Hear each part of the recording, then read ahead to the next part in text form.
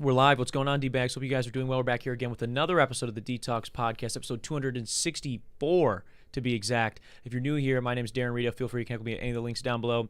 And if you enjoy music, podcasts, comedy, or hooping videos, do consider subscribing because we've got a whole lot of that stuff going on around here. When you do subscribe, leave a like or a super chat or hang out with us just in the live chat like you're going to do today. Helps us share conversations and laughs like these with more people. So do consider doing that. Helps the channel out a ton. Now, before I can introduce you guys to my guest this week, I got to talk to you guys a little bit about vacations, bro. It's that time of the year, all right? In the Midwest, we only got like 2 months, maybe 2.5 if we're lucky, of summertime.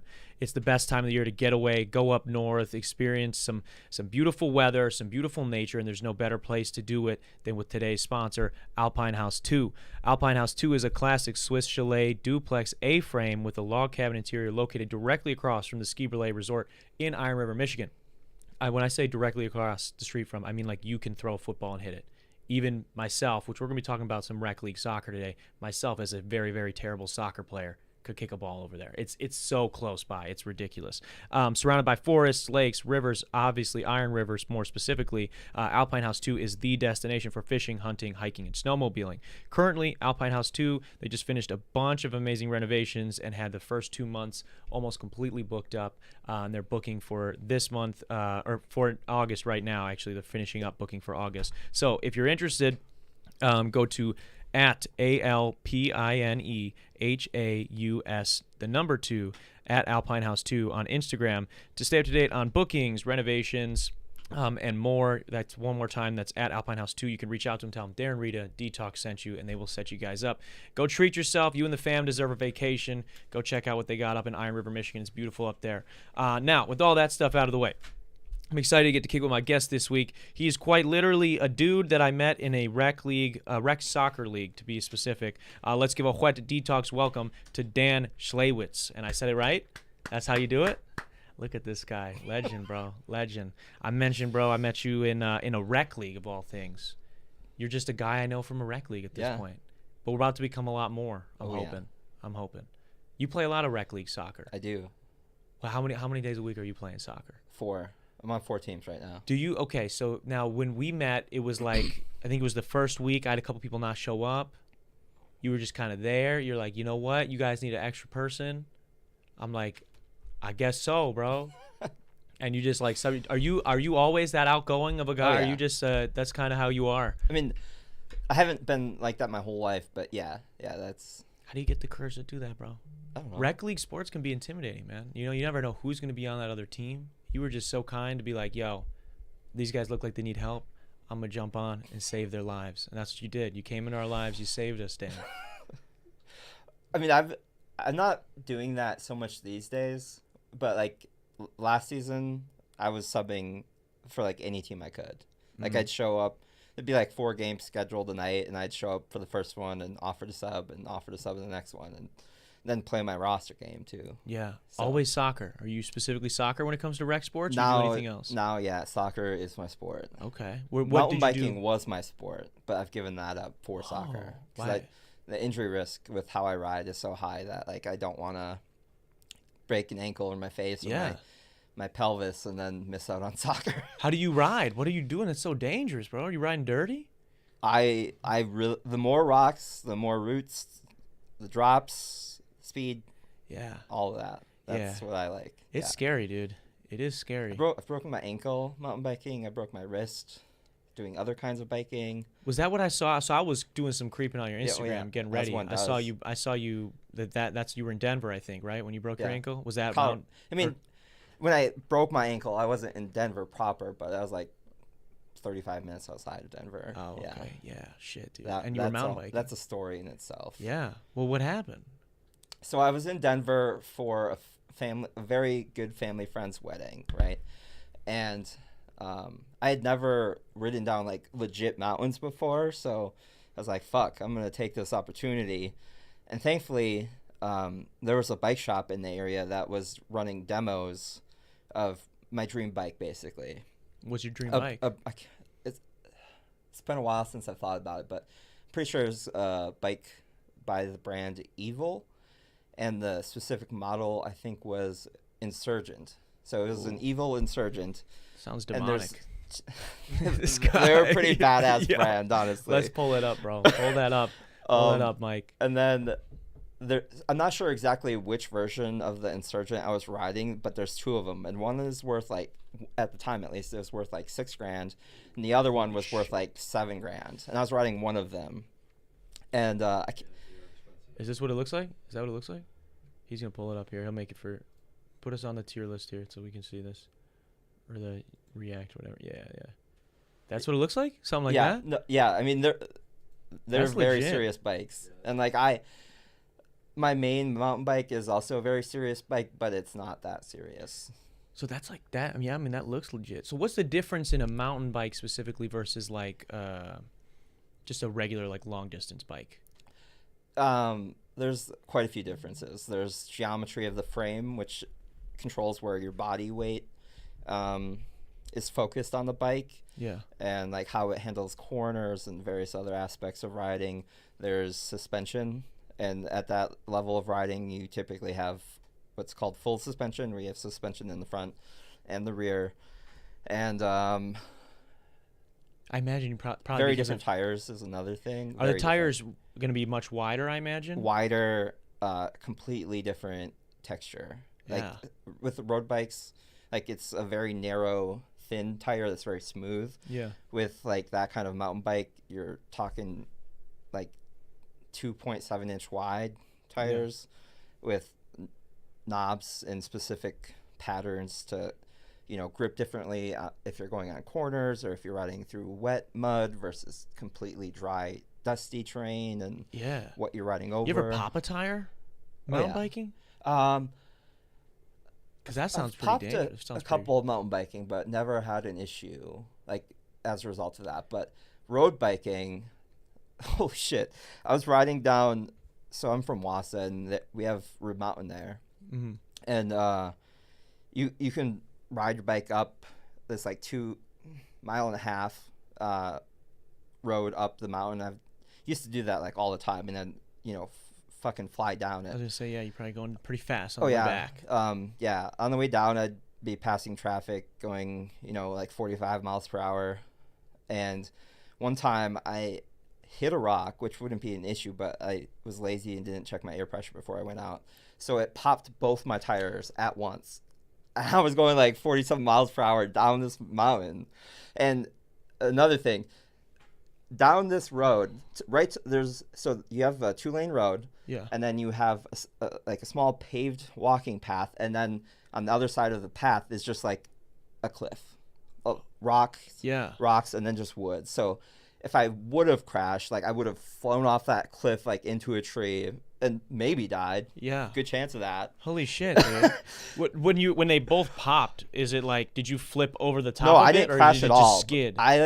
I definitely was like freaking out internally, but I was able to like maintain like calm thinking of like how to handle it. Like, so at that point, you don't have a lot of traction because you're on very narrow tires, and then there's no air in them anymore. So like, if you don't handle the braking and turns properly, you're gonna lose control real fast, and bad things will happen. So like Are you having to like pump it like it's some like I'm driving in the snow? Are you pumping the brakes on it? Like you're just kind of I'm applying very light pressure on the brakes. Wow. And just trying to like be as calm as I can, keep it as steady as I can, not squeeze too hard, because like braking too hard when you don't have a lot of traction can cause issues. I'm sure, yeah. Thankfully, I finally was able to come to a stop safely, but that was pretty scary. I imagine, man. Yeah, I'm not into white people sports, dude. I can't get into them because of shit like that. And also the seat, man. You bike a lot. Do you like the seats on bikes? Do they hurt your ass? Because they hurt my ass a lot. When you ride all the time, it doesn't bother you at all anymore. But is like, it kind of like doing anal then in that way, where like if you do anal enough, you're kind of used to it. Is that what you would say? But biking is comparable to anal? I'm not sure. It's a good answer. That's a good answer, man. Yeah, I fuck with biking, like, so I run a lot. Yeah. And I can do pretty long distance, and I'm not like super fast, but I running is good. It's a pain that I enjoy. It's like Yeah. everything hurts, but it numbs my mind. I'm just able to like focus. And so I really find running therapeutic. And I have bad knees, so sometimes I like to sub that out for some bike, like the bike machine or whatever, or I'll ride a bike, whatever. And I can go so much long. Like when you realize like how many more miles you can do, like you could go see some really cool shit. Like if you're on a bike, but I hate the way it feels on my ass, bro. I just hate it. It's usually like the first couple of rides, Yeah. and like usually the first part of the first couple of rides. Like at least in my experience, like if you haven't ridden in a while, you go out. At least in my experience, you feel fine. But then the next ride, if you ride like the next day or whatever, then you sit down and you're like, oh shit, this sucks. Yeah. But if you just like sit it out for like 10, 15 minutes, in my experience, your ass gets used to it and then you're fine. Yeah, you should every 10, 15 minutes like reapply some lubricant. I mean, you Take do your what time. you got to do, I guess. Make sure you're with someone you trust. You know, yeah. I mean, just to be clear, you know, you're using your sit bones, not your butthole. Yeah. You know, with anal, you know, that's going in the butthole. Maybe I'm sure there is a bike seat out there that maybe does both. Probably, yeah. Yeah, that's cool. Otherwise, we could, you know, start the market for that. Yeah, we could probably start something up. I think there's a lot of sex shops that will be down for something like that. Yeah, butt plug, bike seat. A butt. That's what I'm saying. Something that you could, you could ride on in a couple different ways and enjoy yourself on your ride. Yeah, you know. I could see that taking off in mountain biking because there's a lot more vibration. Yeah. In mountain biking than road biking. Yeah, there's definitely a lot of people that maybe need to nut more. And like there's drops and jumps and like you could really, drop it down hard on that thing. Yeah, that's what Get I'm it real talking deep. about. Yeah, bro. That's what. Okay, so that's cool. I didn't know you were into biking like that. So then you went from biking to soccer, and it was more so just like risk of injury. You're like, man, I'm not trying to get hurt anymore. I didn't stop biking at first because I was concerned about injury. I fell in love with soccer, and I'm like, I don't want to miss soccer. Yeah. So I'm not gonna do this thing that is likely to cause me an injury that would make me miss soccer. Yeah. See, that's how I am with soccer, where it's like I play college basketball. I still like to play a lot, and that's why I don't play a lot of pickup soccer because I'm like, dude, I'm going to get hurt, and I'm not going to be able to play basketball. I'm going to be pissed. But I got over that to play in this league. And so I mentioned we met in the soccer league. We got some people in the live chat. Duncan Marshall asks, Messi or Ronaldo? Messi. Duh. You're a Messi guy? Oh, fuck yeah. Do you think they're both probably going to – you think they're both going to play in this next World Cup? I mean, Messi did just injure his ankle at the Copa America final, but I would assume that, yeah, I think he'll be there. I think Ronaldo's going to win it, bro. I don't. Come on, Argentina's got it, bro. Ronaldo's not in Argentina. I know, I'm just kidding. Okay. That was Messi was from Argentina, right? Yeah. No, I got in a whole fight over the weekend because I don't know anything about soccer. Okay. And I was trying to pretend like I did. No, but I think it would be really cool if he did for his last season. That's that's going to be his last World Cup. He's not going to play in another World Cup after that. He said that the 2022 World Cup was going to be his last, and then he won that, and that was super special because it was supposed to be his last, and there's still a chance that it will be his last, but he is intentionally leaving the door open to playing in the next one. Oh, you're talking about Messi though? Yeah, Messi. Yeah, but Ronaldo, man, he never won a World Cup, so how cool would it be? He doesn't need to. How cool would it be if he did though? Not cool at all. I don't like him. No, because he took the Saudi money. I mean, I don't like that. I don't like that. I do have some Saudi friends, and they're pretty fucking cool. Yeah, that's cool. But I mean, the whole situation with what's going on at those leagues is a little interesting. No. So, but yeah, no, it's. I just think it'd be cool. And so you're a Messi guy, Messi over Ronaldo. Okay. McKenna says you guys are matching. Yeah, we are matching. We didn't plan that either. It's just we're. This is your date night. We're vibing. This is your date night outfit. Maybe. I know you got a date night coming up. Well, tonight. We don't got to talk about it. The person. I don't know if it's a date per se. But a meetup. Something like that, yeah. Something like that. What is okay? If Dan is taking somebody out somewhere nice, where do you like to go in the city of Milwaukee? Now you've been here a few years. I mean, if we're talking nice, I would say. Are we talking about dinner? You're trying to impress me. You're trying to impress me. We've been talking for a little while. This is maybe not a first date, but we're a few dates in. You want to take me somewhere nice to impress me, show me that you got it like that, and then a good spot. Room service. Room service. I would go there. What is that? I never heard of that. It's like an Asian fusion place. Whoa. I haven't been there yet, but I Oh, know okay. I know You it. just I know know it's good. I know it brings Yeah. the heat. So Okay. like it's definitely on my list. Deal. But if I want to take someone for drinks at a nicer place, like I'd go to the Outsider. I like the Outsider. Yeah. It's a cool spot. It's bumping there. It's Yeah, always busy. Oh yeah. Yeah, I've never seen it not be full in there. So speaking of that, you've been living in Milwaukee now for how long? About you lived back in 2019. You lived for like a year. 2 years this time around. But What do you love the most about the city of Milwaukee? I'd say the walkability on the east side / downtown, and the lake. Yeah. Yeah. It is pretty legit, man. Yeah. I think Milwaukee's a super walkable city, and there's yeah. actual stuff to walk to. Like, 'cause Madison's pretty easy to walk around too, but also there's like nothing going on. Like, I kind of got beef with Madison a little I bit. have beef with Madison too. I just think it's lame, you know. I think it's fine. It's like a slightly better Green Bay, because Green Bay is terrible. Green Bay is the wackest city that I've ever been to. It shouldn't even be considered a city. I don't know if it is labeled a city or not. Have you heard of Merrill, Wisconsin? No. You don't need to. Is that where you're not from there? You're No, from but Wausau. it's like 25 minutes north of where I'm from. Okay. What is it? Is it a city, or is it like a village? I think it's a city. Okay, what's up with it? Why did you bring it up? What's going on over there? What I should mean, we... I guess I haven't thought about it too much, but like I wouldn't want to be from there. I definitely wouldn't want to live there. Shit, okay. From Merrill, you said? It's Yeah. Yeah, fuck Merrill, bro. Honestly. That's crazy. What do they got? They got anything going on over there? I mean, they got schools. They got Walmart. The school, I don't know if you should. The schools is great. Walmart, okay. All right, yeah. I mean, fuck them, bro. That sounds like what's good with Wausau? What's good in Wausau? I mean, a bit more. You guys got UW Marathon, right? That's where I started my college Yeah, career. fuck them, bro. UW Marathon County was I served me well. played against them, yeah. Did they beat you? I think they were good, weren't they? They were good, yeah. We beat them we beat them twice and they beat us twice, so Mm. yeah, actually. And one time was my last game of my college career, so I was pretty sad about that. I'm still bummed about it. I shouldn't have passed the ball last possession. I was going crazy, and I passed the ball to my roommate for the final shot, and he bricked it.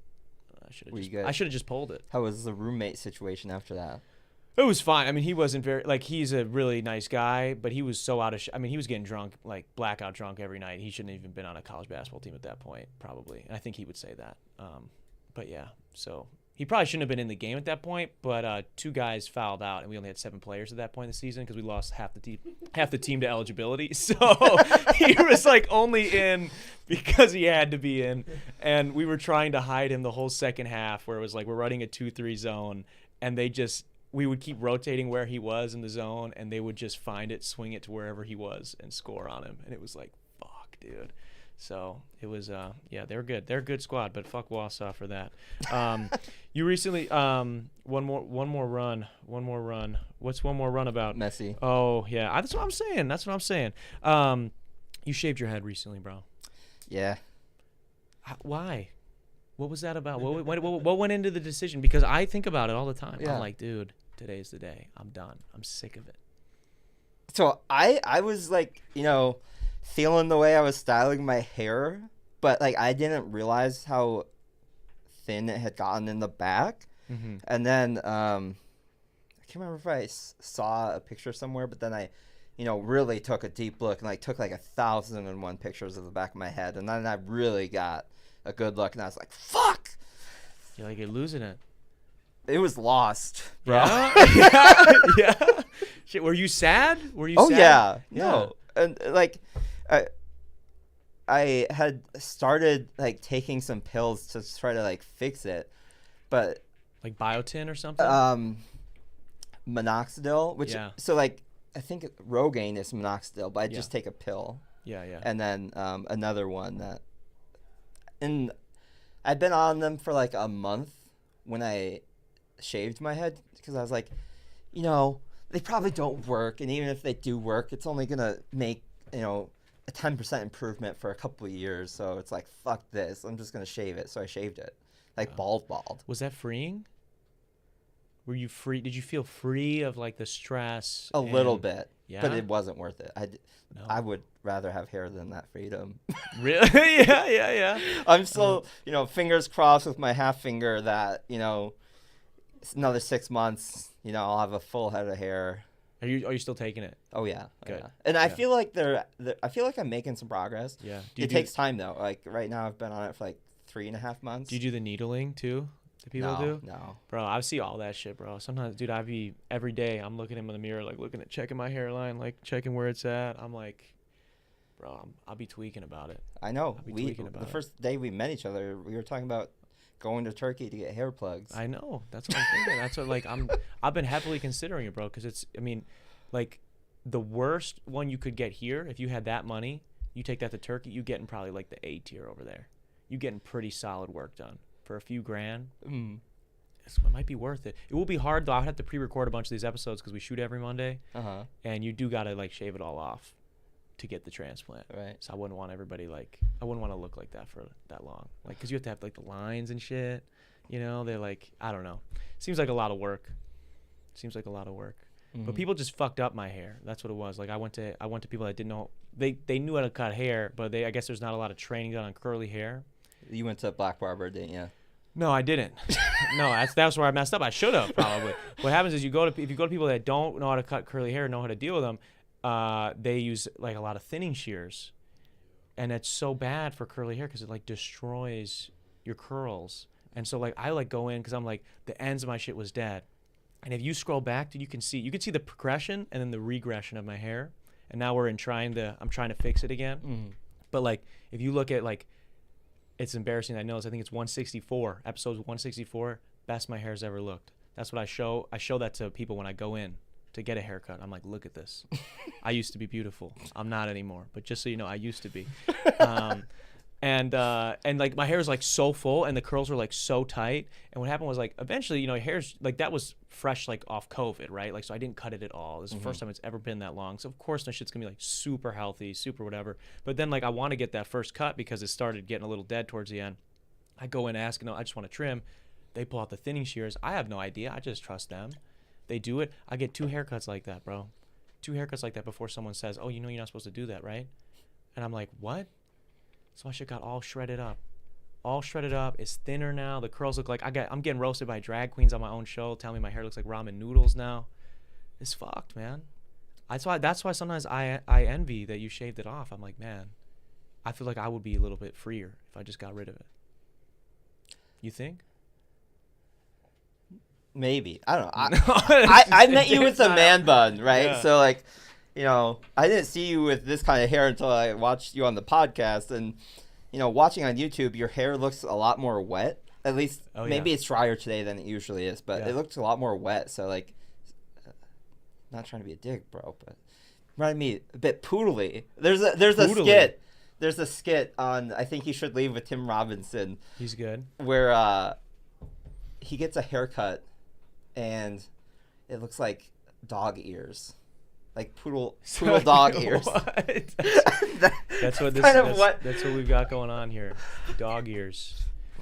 Dog ears is crazy, Dan. Dog ears is crazy. Yeah. I think you're mad that you had to shave your fucking head, bro. That's what this is. Could be. I think this is some bitterness here. Quicker showers when you got no hair. Yeah, quicker showers when you have no hair. I will say that. I do miss that sometimes. Like I could just go in, done. This I gotta have a whole routine. I gotta put shit in it. It sucks, dude. The thing that makes me the happiest about this is like I have very like curly hair that like if it's longer and I don't do anything with it, I look like a crackhead. Oh wow. Like it looks like absolute dog shit. And so like you got any I pics have of to that? put shit in it. And like I'm always worried that like I messed it up and like it looks like shit and I don't realize it. Like I saw a picture on the Milwaukee Sports and Social page of me one time and this picture exists. Is on their Instagram? it does. Can we find it? I can't. Oh. The world doesn't need to see that right I was now. gonna say that would be awesome. That'd be iconic, bro. That would be iconic. But yeah, the hair wasn't looking the best in that one. Yeah, that's fair. That can be tough. You mentioned the finger a couple times. Oh yeah. You mind putting your finger up right in front of you? I want people to see what's going on with your hand here. Mike, can you switch to his hand? So what the fuck is going on with your hand? What happened there? I guess I was gonna make a joke, but I couldn't remember the whole story. But Oh, you were gonna lie. I was gonna lie at first, and then Okay, be like, and "I'm then just tell- joking." And then you know? okay, yeah, okay. Well, let's hear it. So I had cancer on the finger. Really? Serious, yeah. Like I had a bump on the tip of the finger, and I didn't think anything of it. I just thought it was like an ingrown nail, like that got fucked up or something. So I just let it hang out for like a year. I didn't do anything about it. And then my friend saw it, and he's like, "What the fuck is that?" Yeah. And I was like, "It's this thing, you know." What did it look like? I mean, I can find. You got a want pic? picture? Yeah. Yeah. Yeah, I'd be curious to see a picture of that, dude. That's crazy. So you had like a bump, was it like a growth, or it was on your nail? Like, was it by your nail? Let's see. Do you mind? Can they Yeah, see? yeah, I don't Can they care. see? All right, let's see this. So this is what, can they see that all right? Yeah. Can I zoom in? I don't want to swipe. I don't know what else Dan has got in this camera roll, so we're going to be careful on that. That's what was on the side of your finger. Yeah. Okay. And then what happened? So did it hurt? Was it sensitive? Did No, it touch it? no, it was fine. Like I tried to this is gross, but I squeezed it many times trying to like make whatever I thought was in it just Like pop out. Yeah, or yeah. something. Yeah. and that never worked. But eventually I did get it checked out, and my family doctor was who I first went to, or my primary physician, I guess is the better term. But he didn't think it was really anything to worry about, but he referred me to an orthopedic surgeon just to get it removed, Yeah. And then, so I went to the surgeon, and he, took it off, and, he didn't think it was anything to be worried about. And he sent it to pathology, and they said it was fine. But just to be safe, they also sent it to Mayo Clinic. God damn. Good thing everybody was being safe. Yeah. Wow. And then, so yeah, I got it removed, and he told me, we'll let you know within 2 weeks if there's anything to be worried about. Yeah. So it's 4 weeks since my surgery. I'm at work, and I get a voicemail from his office saying, "Hey, can you call us back?" I can't remember if they were like, "We need you to come in," or I can't remember, but they left a message 4 weeks after the surgery when they told me, "You'll hear from us in 2 weeks if there's anything to be worried about." So I was like, fuck. Yeah. You're like, oh shit. Yeah. So I called them back, and I guess they took so long because A, it was cancerous, and B, the Mayo Clinic pathology sent back a kind of cancer that my orthopedic surgeon had never heard of. He was like, "What the fuck is this?" He had no idea what to do about it. So he literally called together a conference of doctors to discuss my case and figure out what to do about it. And they all came to a consensus that they should amputate the finger down to here to start with. Yeah. And then, biopsy the rest of that finger that they cut off.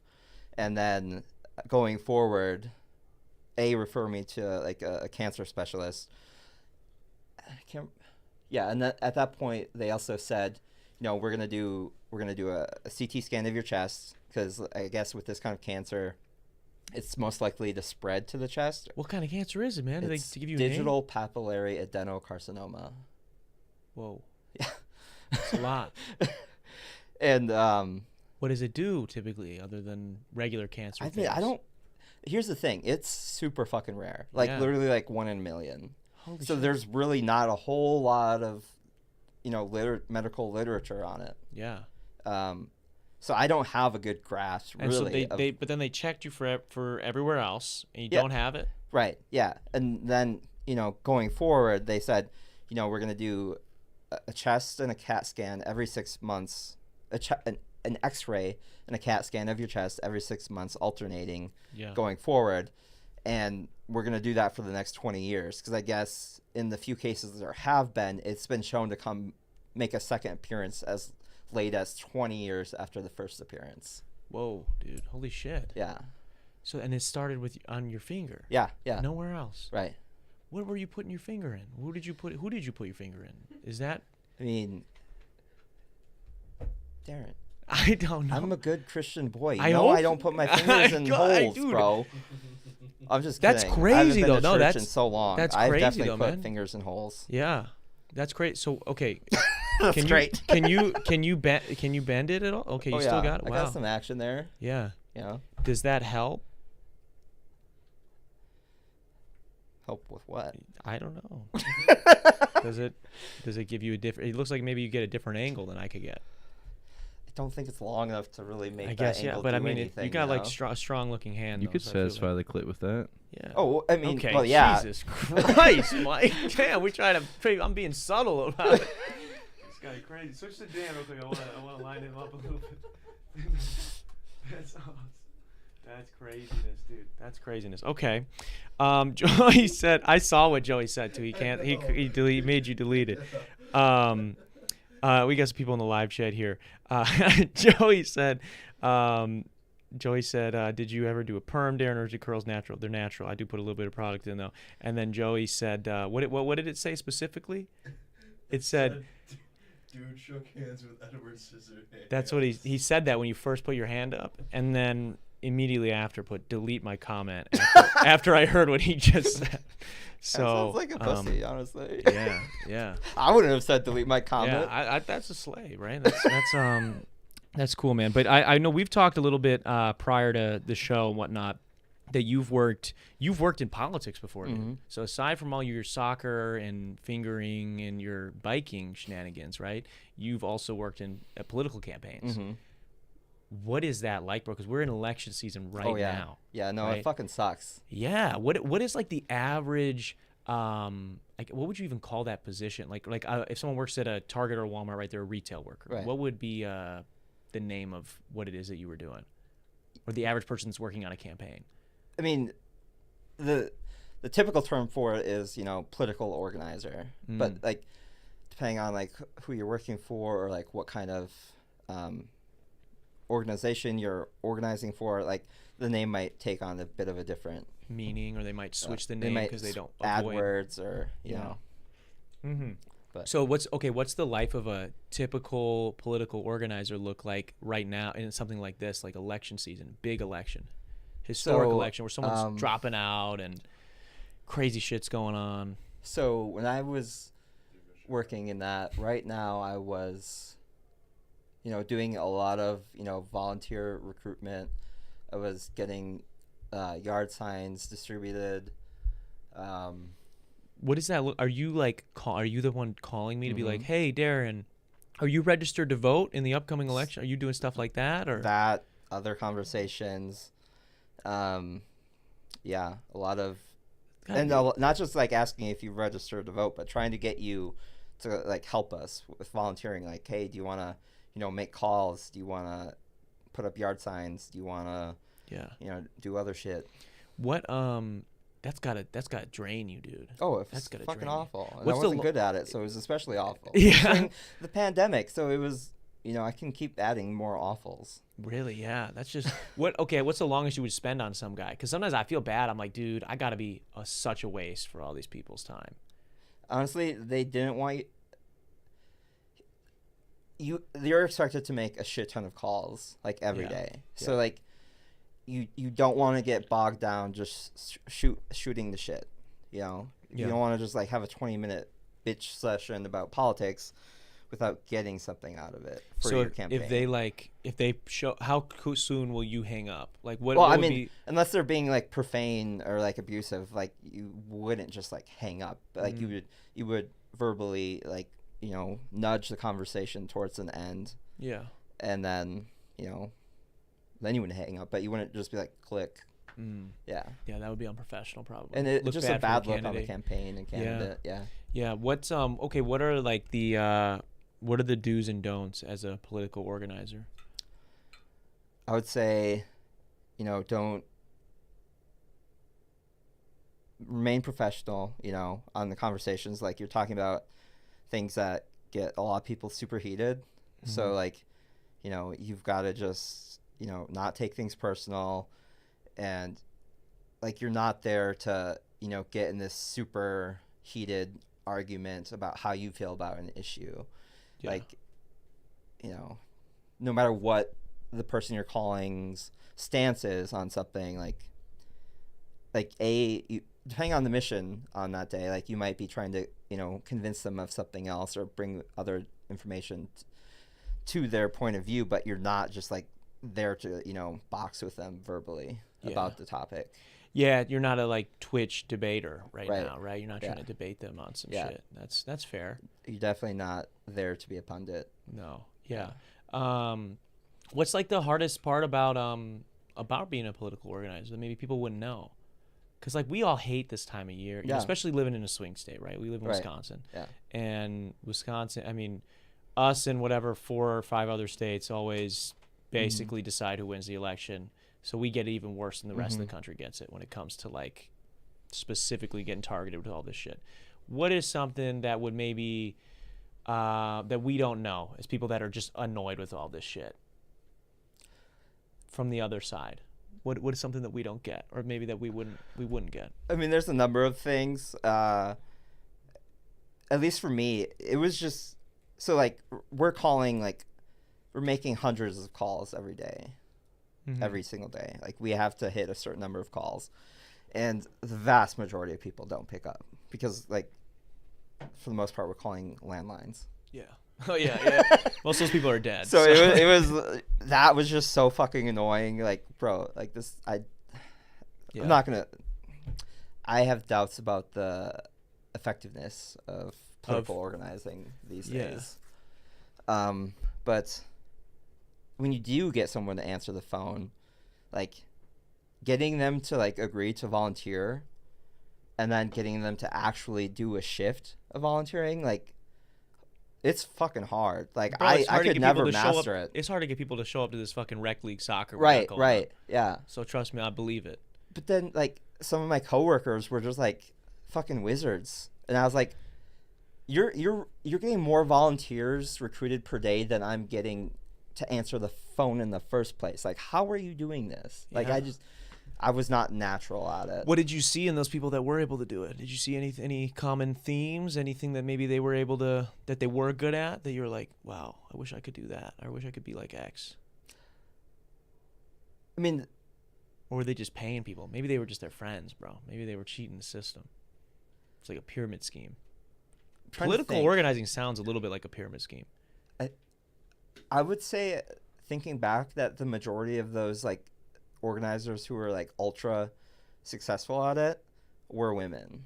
Oh, okay. Yeah, so I think maybe that might do something. They got the women's just touch, like in touch terms of of like trustworthiness, because like another thing, I was calling from my own cell phone. So like I remember one older person I called, like I have a 715 area code, and they didn't trust me because of my 715 area code. They're like, why are you calling me with a 715 area code? I'm like, I'm working with this campaign. Well, I don't think I can trust you. Dude, that is true, dude, because I'm not going to lie, coming from a small town in Wisconsin, I know many adults that have said that, and I know I've been sitting with my friends, and I would get a call from a 414 number and be like, what the fuck? Who's calling me from fucking Milwaukee right now? What could they want? Nope. So that's probably what they were doing, bro. That's probably what they were doing. Joey asks, what was one thing that you felt both sides agreed on the most? What do you think? What do you think as you were talking to people that I'm sure you were, obviously if you were campaigning for somebody, you were on one side of the aisle versus obviously the other side of the aisle. Was there anything that maybe as you were talking to people about that you realized like, oh, we all kind of feel this way? If there was any of that. Honestly, I didn't spend all of that much time talking to people on the other side. Like, no one was answering. A lot of the time when I was making calls, it was to people who had like voted Democrat in the past. Yeah. And I was like calling them to, make sure that they're registered to vote currently, calling them to see if they need any help, requesting an absentee ballot, informing them of like local like referendums or like the state Supreme Court election, shit like that. Only in the second, right? Was it? I think only in the second campaign I was on did I ever call people who weren't like, pretty likely to be Democratic voters. Gotcha. There I was calling some undecideds. Yeah. And another thing is, so my second campaign was for a candidate who represented an area that Trump won, Yeah. but he was a Democrat. He had name recognition and a long, I can't think of the word right now. He had a good chance to win. He had been serving that district for a very long time. Yeah. So that despite being a Democrat and them being Trump supporters, they trusted him. Yeah. So like I did have to talk to those people, and like there was room for like confrontation there, and there was a few confrontational calls. Like Yeah. I got one guy who said he wouldn't piss on a Democrat if he was on fire. Whoa. Which I mean that's kind of tame. Yeah. But like not what you expect to hear when you're like doing a professional job, you know. Yeah. Yeah. That's fun. That's kind of cool. Not everybody gets to hear that, you know. Yeah. Not everybody gets to be told that. So. Yeah. I mean, it's interesting with all the political shit going on in this country right now with this big election coming up. We just had the RNC here in Milwaukee, which has been dogged on a lot. I feel like from like locals, even people outside of Milwaukee have been dogging on it. Being someone who lived downtown, was in the soft bubble of security that got then turned into part of the harder bubble because of Secret Service and things being buffed after what had happened days prior. It did suck balls being here, man. It sucked balls being here. There was like, I don't know if this is how. Have you ever been to like the DNC ever? I haven't been to like the DNC, but I have volunteered to. I can't remember exactly what the event was, but you've been I've at been a adjacent. Okay, you've been at like a political Yeah. campaign or not campaign convention, right? I've never been to anything like that. I've never really had a desire to go to anything like that, but Oh, have you been to DC? no, I Oh. haven't.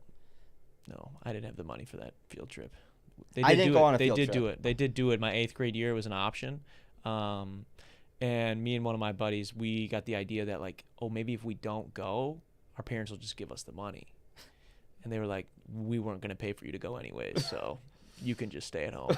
But it's cool. We got like a few days of school where like the teachers don't give a shit because they know like 90% of the class isn't there. So it was fine. And all my friends got in trouble on the trip anyways.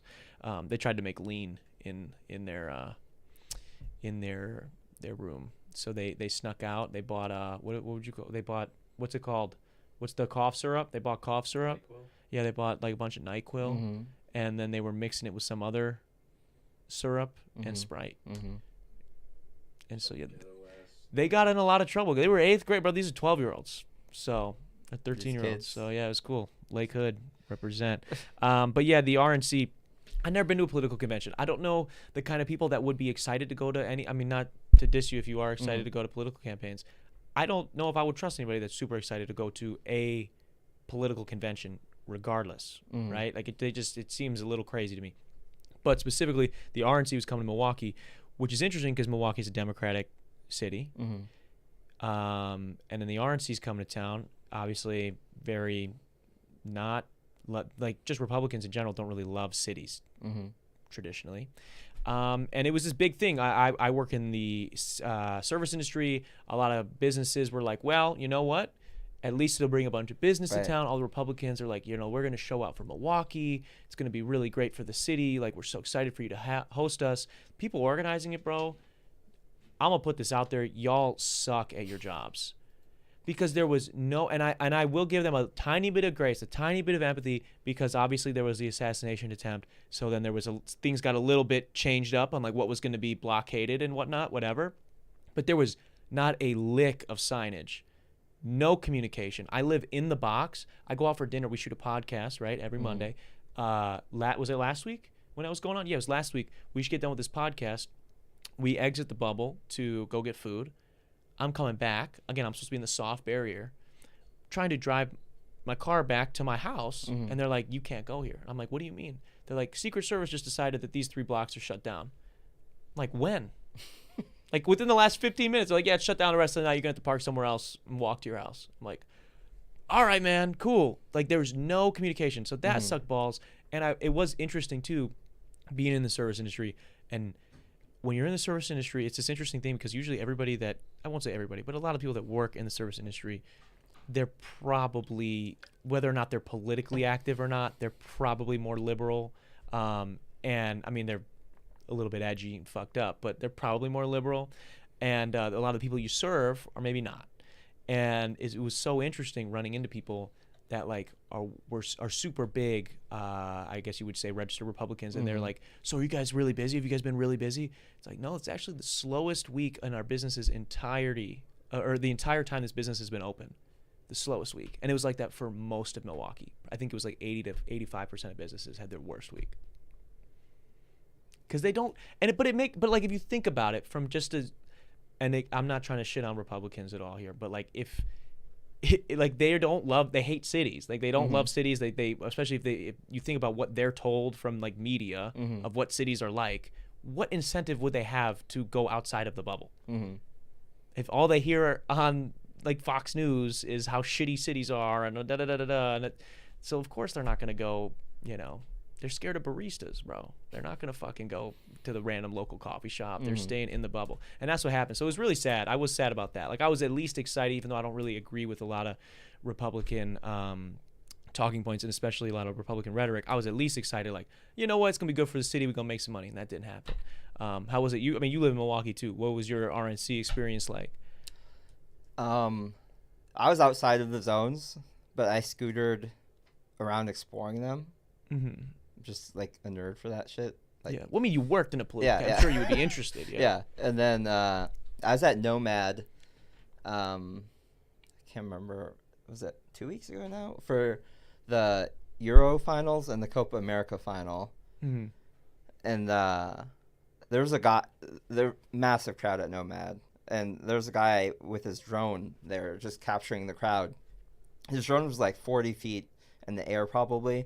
And, like, I spotted it, and, like, within a few minutes, a Secret Service guy showed up and a Homeland Security guy showed up and, like, pulled him out of the crowd and over to, like, a more private spot and, like, talked to him about it for, like, 25 minutes. And I thought they were going to take his drone and, he's like, lucky they ticket didn't. him or something. But I guess they gave him a warning because his remote, the software didn't get the proper like warning from the FAA that he was operating in a no-fly zone or whatever. Whoa. And they like made him like pull up his thing and show them Like, that it prove wasn't that he appearing. didn't. Yeah. And so they let him off with a warning, but said that, you know, that was Sunday. So the RNC started the following day. They said that, you know, starting Monday that they wouldn't. That shit's not gonna fly. Yeah, dude. It was interesting. Because they have like drone blocker guns now and stuff too, so like you can like, I mean, they could just take it out of the sky essentially, and they wouldn't shoot it down. It like blocks whatever signal, and the thing just shuts down and will just go land. Yeah, dude, it was crazy. It's just witnessing that like up close, like being like locked down essentially. I had a friend of mine that like they were walking downtown with some friends of theirs. They were showing someone around the city, which terrible time for that person to be visiting during like half the city's locked up.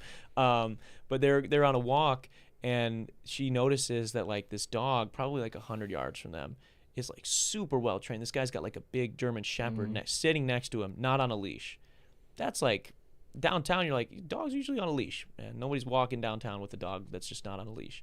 And so she kind of like took notice, and she's looking at this guy. He's like just moving his finger just ever so slightly, and this dog's just going up behind people and just getting a little sniff, come back to the guy. And he would just give him a little. Dog goes to someone else, sniff, come back. And she goes to her friend, like, I think that's like an ammunition sniffing dog. And probably like 10 minutes later, they end up catching up to this guy at an intersection. And they're just standing there, not talking to him. She like leans over and she's like, well, you have a beautiful dog. He's so well trained. He's like, thanks. And you're right about his job. And like, I don't know how he would have heard that she had said that, because she was like two or so intersections away, just kind of observing him. And it was, I don't know, man. It was weird. It was weird being under that surveillance. I had friends like make some jokes, like saying shit about bombs and whatever. And I'm like, yo, I don't even want to play that shit this week because of what I've been hearing that's going on. And it was intimidating having like that fucking big helicopter flying around and just like scanning for shit over and over again. That was it was tense. Saw it, like I'd heard about it. I knew what it was for, and then I saw it like literally fly like, because that was for 100 feet above my apartment building. That was for like, they're scanning for like nuclear weapons. Yeah. That's what I'm like. And I was thinking about that, and I'm like, how the fuck? Like, who's gonna have a handheld nuclear weapon though? Well, I mean, it's not necessarily a handheld. It's scanning for like radiation. So like if anything had passed through there within a certain amount of time of that helicopter flying over, the helicopter would have detected that trace of radiation that was left behind by the bomb or whatever moving through there. So it could have been. It wasn't just like looking for someone like walking in that moment carrying one in a suitcase. It was looking for any residual radiation. Interesting, dude. I just thought it was tense, man. I don't know if you felt that way too. It felt tense that week. I definitely felt like I was under reacting to this because I've spent like quite a bit of time in DC, and like you've seen a lot of security. I've seen a lot of security. I've talked to a lot of security. I've been through a lot of security. Like I've been to parties in like congressional house buildings with politicians, and like I had to walk through all kinds of security. Yeah. So like it wasn't a huge deal to me. And then like I saw like so many people talking about how they like left the city for the whole week, and I'm like, a lot of people, yeah. Why?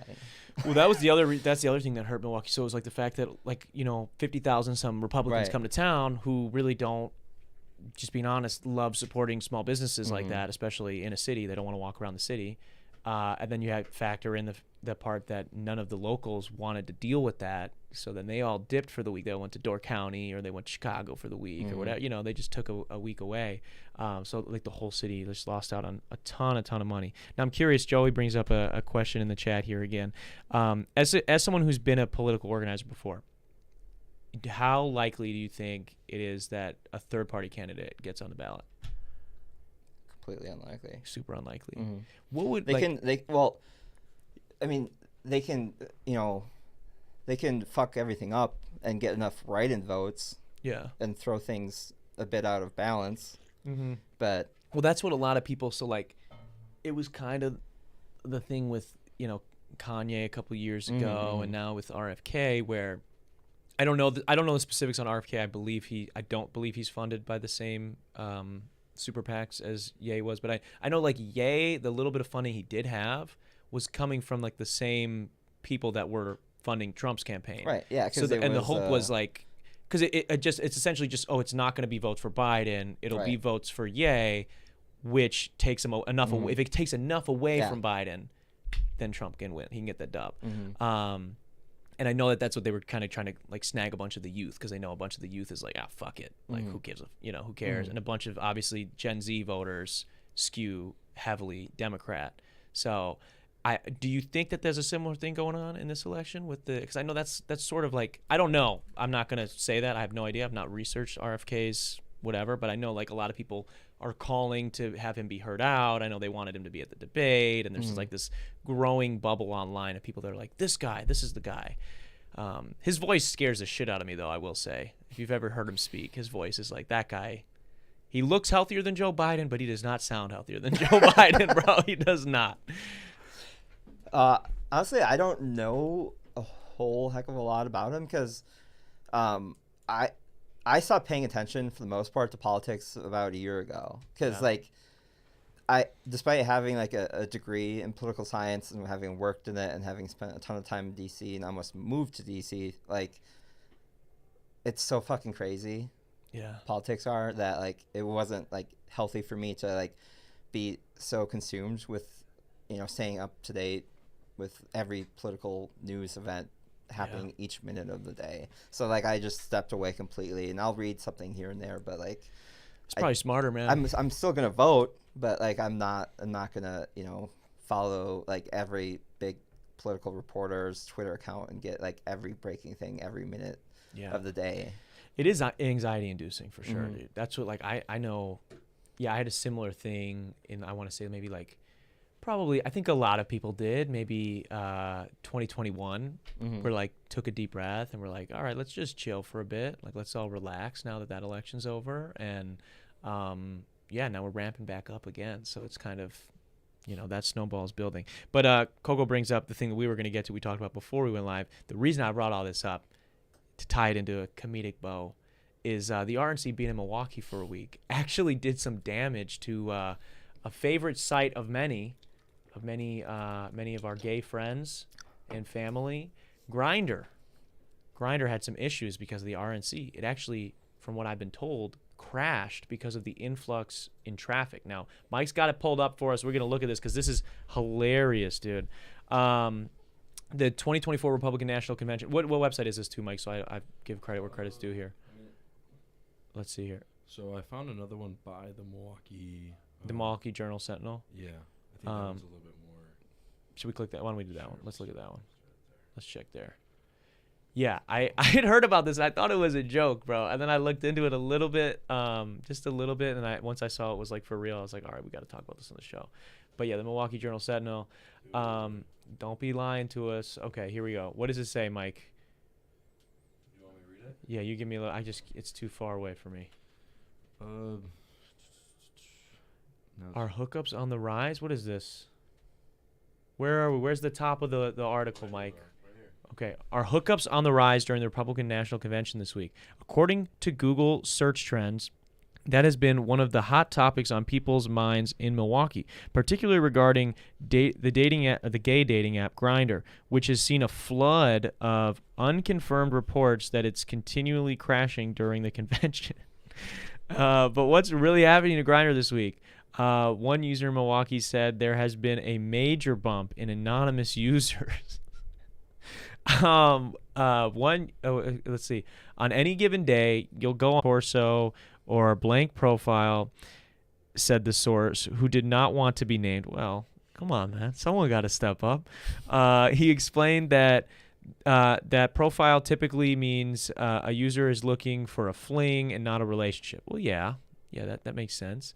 The Grindr user said a normal day you'd encounter maybe 10 users with no profile photo, but Thursday when he checked the app, he said he stopped counting at 50 blank profile photos.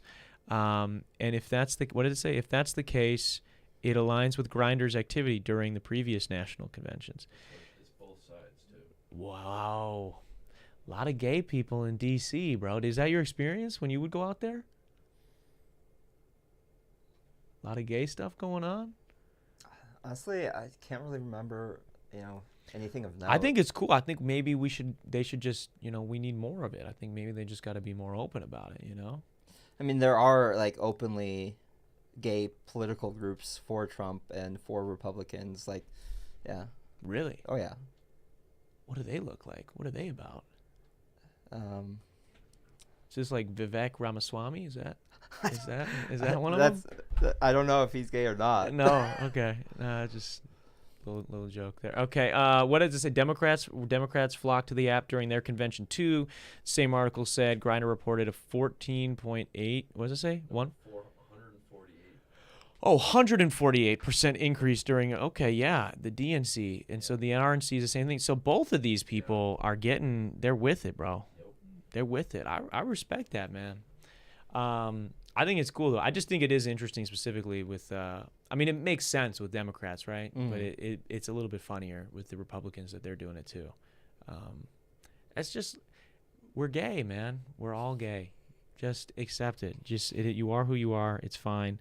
The thing though is that people who tend to be Democrats tend to be more open to new experiences than like people who tend to be Republican. Really? Yeah. So like, my gut says that that's right, but why? Yeah. Why do you think that is? I mean that like there's studies that say that. Oh, yeah. Really? Okay. Yeah, and there's like the study I'm referring to said that Republicans are less open to new experiences, and there's another thing that they are. Butt stuff? They're scared of butt stuff? They're more likely to be distrusting of strangers or perceive danger from strangers or something like that. Oh, okay. Yeah, city's not a good spot for them. That makes sense why they're out in the sticks, bro. Yeah. I respect it. I mean, and in the sticks, if someone does come to your house at night, you should anticipate danger. So that makes sense. That does make sense. Yeah. Yeah, that's interesting. Well, I know we're around the hour mark now, Dan. I know you've got a date tonight. I don't know that I'd call it a date. Okay, you gotta meet up. I forgot we talked about it a little bit earlier. You're getting ready for a date. Is there anything that we can do to help you on this date? to help you? What helps you get in the best mindset? What can I do to hype you up? What are your pre-date rituals? I mean, Do you jerk off before a date? Because sometimes I had friends that we would go to we'd be getting ready for the dance in like high school and shit, and they would be like, "Dude, you got to jerk off a couple times before the dance because you don't know." You last longer. Yeah, when you just don't want to be too bricked up on the dance floor, right. especially if you're not getting any. Right. Like then it's just awkward. You're just standing there with a boner. Like that's weird. Like it's fine to have one if you're dancing with someone. Right. That'd be expected, I think. But so no, not before a date. I mean, I have, but not this time. To stay locked in, or I don't know. I don't know why I didn't necessarily do that this time. Yeah. Are you do you believe in masturbation? Are you a fan? Oh yeah, no, it's fine. Some people are against it. I know some Yeah, people yeah, are no, that, I think a lot of people are lying about that though. Yeah, there's a lot of people that are like big in like no fap. They're like, oh man, no. They're like, if I keep it all in me, it's my power. I will be stronger somehow. This guy's one of them. bro. It's true, says Mike. Oh, okay. So we know somebody has blue balls in the studio, and it's not me and Dan. That's what we got. We have blue going. shirts, not We blue have blue balls. Yeah. Yeah, dude. Tell this man to speak into the mic. Oh, is that Michael or Dan? Maybe both. Maybe both. Yeah, I don't know, bro. I'd be beating it. I saw something that said if you nut 27 times a month, that it lowers your chance of prostate cancer pretty considerably. So I'm trying to triple that so I can make sure I never get it. Mm-hmm. Good luck. Thanks, man. Thanks, man. I'm getting my numbers up. Do you have any questions for me, Dan? We're about that time. Anything else we didn't get to? Is there something that you want to get off your chest? It's your first time on a podcast. Right. What's something you want to get out into the world? It's gonna be weird. Good. I plan to watch at least some of this after. Oh no. It's gonna be real weird seeing myself just my facial expressions, because you do this all the time. Yeah. I've seen some highlight reels of myself before, but I've never just seen myself talk for a fucking hour. Yeah. That's gonna be weird. That is gonna be weird. Yeah. Especially when you got me throwing random butt and anal jokes at you. That'll be interesting to play back. You should show that to your date tonight. That might work. Gauge her openness to see new what she's into. experiences. Yeah, see if she's voting Republican or Democrat. Baby, come on. Yeah, that's exciting. Yeah. I had never gone to do that. Butt and stuff? And then I met someone, and she's like, "You've never gone to do that?" I was like, "No," and she was so cool. She's like, "We're doing it right now," and I'm like, "You're putting it in my ass right now?" Dude, I'm not gonna lie. If someone said that, I'd probably get one nut out of the way right there. I'd be like, "Shit, that's all you had to do." I fucked it up real bad though. Did you? Yeah. Did you pull it out too fast? No, It was more difficult to get it in than I thought. Yeah, you and gotta get it ready. I brought a little too much power and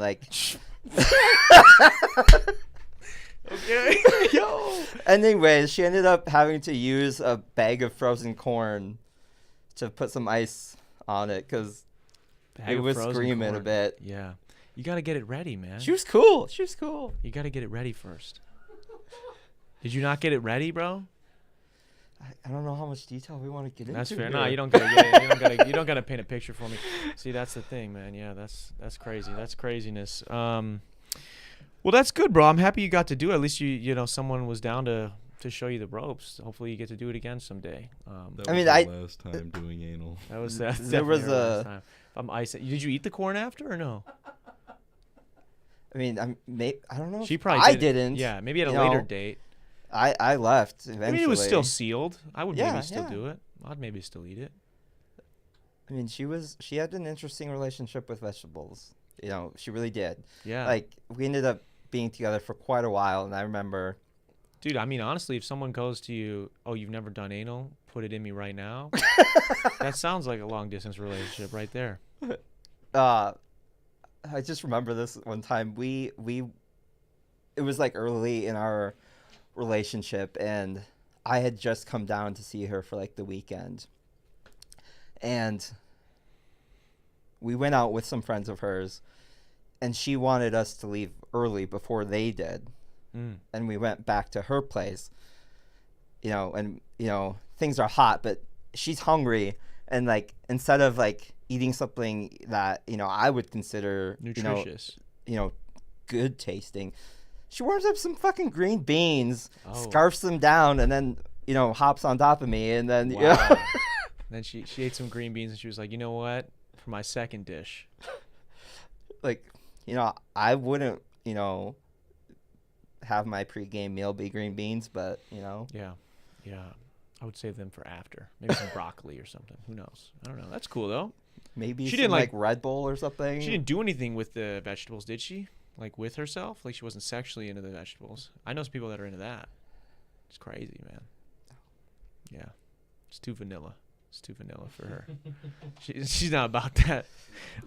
No, she was not vanilla. Yeah, I know a lot of people love corn though. That one. She nicknamed a past fling of hers Vanilla Mike because he was too vanilla. Oh wow. Yeah. Vanilla Mike. Yeah. Yeah, he probably wasn't jerking off either. Oh, He probably- So fucked up, man. All right, Dan. Well, Dan, I appreciate you for being on the show, man. Thanks for kicking it with us today. Do you have any questions for me before I wrap up today? I think we've done enough. We've done a lot of. We've gotten into it. We've gotten into the vegetables, the ass and vegetables of the convo today, and I think we've done it, man. I appreciate you doing the show. I Yeah. know we met a few weeks back in the soccer league, and you guys are in the playoffs Oh yeah. next week. Yeah. I don't think we are unless No. that one team gets kicked out, which they should be kicked out. Yeah. They're bullshit. Fuck Talking them. about the Eastern European guys. Yeah, pink team. Yeah. One of them lives here. It's so fucking weird. I know. I hope we don't see him today. We will have to jump his ass. Yeah, no. I mean, you guys, good luck in that. Good luck in that, man. I'm sure we'll be seeing you a whole bunch more. Thank you for making the time. I want to say thank you to everybody who tuned in today. Those that are listening or viewing days after over on Spotify or here on YouTube. Want to say a quick shout out to our patrons. It should be up on the screen right now. If you're interested in getting behind the scenes access to extra podcasts, extra videos, as well as a series where I break down how I mix, master, write, record every single one of my songs, go to patreon.com/Darren Rita to help support the channel for as little as $1. That's patreon.com/Darren Rita. Shout out to those guys. Also want to say a quick shout out to Alpine House 2 for sponsoring today's episode. That's at Alpine House 2 on Instagram. Reach out to them there on Airbnb. They've got a lot of good stuff going on over there. And this has been the 264th episode of the Detox Podcast. I will see you guys next